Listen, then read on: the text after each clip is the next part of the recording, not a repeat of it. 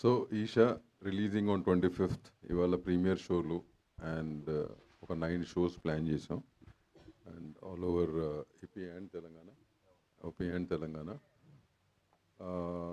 Almost 7 shows వరకు కూడా almost full and ఇంకో 2 కూడా ఫుల్ అవుతాయి. ఒక చిన్న సినిమాకి అటు ఎందుకు జరిగింది? That's because the content is strong. Number 1, content is strong. ధైర్యంగా మా కంటెంట్ స్ట్రాంగ్ అని చెప్పగలిగాం. వే ఆఫ్ టీజర్ ఓ ట్రైలర్ అది స్ట్రాంగ్ అని చెప్పి వీళ్ళిద్దరూ కంబైన్డ్గా ముందుకు తీసుకెళ్ళగలిగారు, రీచ్ చేయగలరు. That's all we have to do. Next pricing అనేది చిన్న సినిమాకి 99 రూపీస్ ఉంటే బెటర్ అని ఫీల్ అయ్యాం. అదే అందిద్దామని అనుకున్నాం కూడా. Maybe all these factors have shown this result. ఈ రిజల్ట్ తీసుకొచ్చుండొచ్చు.